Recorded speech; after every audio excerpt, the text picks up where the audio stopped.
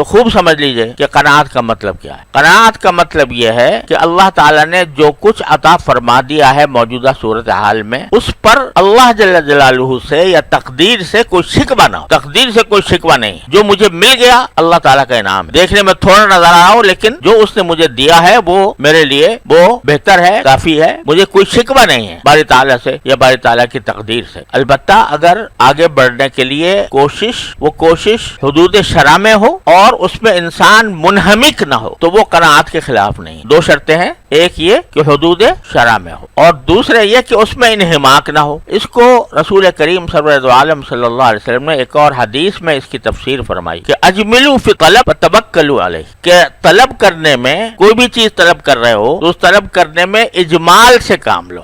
اجمال کے معنی یہ کہ ظاہری طور پر جو اس کا راستہ نظر آتا ہے جائز حلال، بس اس پر اکتفا کرو۔ یہ نہیں کہ دل پہ دماغ پہ دھن سوار ہو گئی کہ مجھے تو یہ مرتبہ حاصل کرنا ہے، مجھے منصب حاصل کرنا ہے، مجھے اتنی دولت بنانی ہے، میرا اتنا بڑا مکان ہونا چاہیے، اتنا بڑا بنگلہ ہونا چاہیے، اتنی بڑی کار ہونی چاہیے، بلکہ اجملوا فی طلب، یعنی طلب میں اجمال سے کام۔ اجمال کے معنی یہ ہے کہ جو سیدھا سا راستہ ہے کوئی طلب کرنے کا وہ انسان اختیار کر لے، وہ جائز ہے، وہ قناعت کے خلاف نہیں۔ وہ کر کے پھر اللہ پر بھروسہ کرو کہ جتنی کوشش میں کر رہا ہوں وہ کوشش کس حد تک کامیاب ہوتی ہے اس کو اللہ تعالیٰ پر چھوڑ دو۔ جتنی تمہارے لیے مناسب ہوگی تمہاری طلب کامیاب ہو جائے گی، جو مناسب نہیں ہوگی تو تمہیں طلب کے بغیر نہیں ملے گا، طلب کے باوجود نہیں ملے گا۔ تو یہ توکل، تو اجملوا فی طلب میں یہ بتا دیا کہ جو سامنے کی کوشش ہوتی ہے وہ کر لینے میں کوئی مذائقہ نہیں اور وہ قناعت کے خلاف بھی نہیں۔ لیکن قناعت کے خلاف کیا بات ہے؟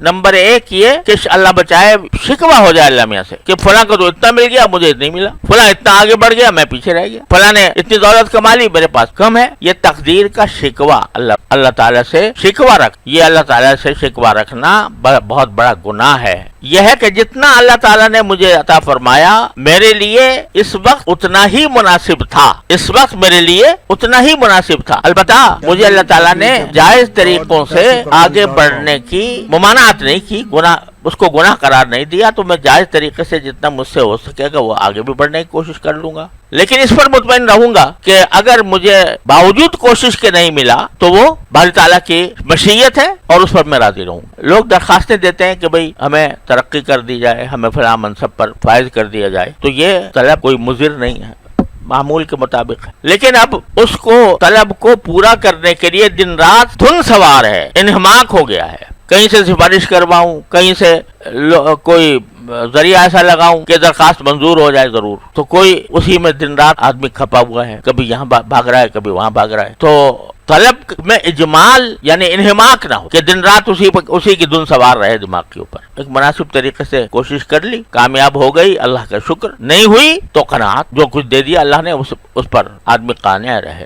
اس کے مقابلے میں حرص کیا ہے؟ حرص یہ ہے کہ اس میں دنیا کے اندر دنیا کی جتنی چیزیں مجھے میسر ہیں فوراں کو اتنے زیادہ ہیں تو مجھے بھی اتنی ہی ہونی چاہیے، اور جب تک اتنی نہیں ہو جائیں گی تو میں شکر ادا نہیں کروں گا، شکر اس وقت ادا کروں گا جب مجھے اتنی مل جائے۔ تو وہ بندہ جو حرص والا ہوتا ہے اس کو اللہ بچائے، اللہ معاف کرے، شکر کی توفیق نہیں ہوتی۔ اور اسی واسطے میں کہا کرتا ہوں کہ شکر جو ہے وہ بہت سے باطنی امراض کا علاج ہے۔ تو یہ جو دل میں شکوے پیدا ہوتے ہیں کہ فلاں چیز مجھے نہیں ملی، فلاں چیز مجھے حاصل نہیں ہوئی، یہ شکوے در حقیقت باری تعالیٰ کی مشیت کے اوپر شکوہ کرنا یہ ہے حرص۔ اللہ بچائے۔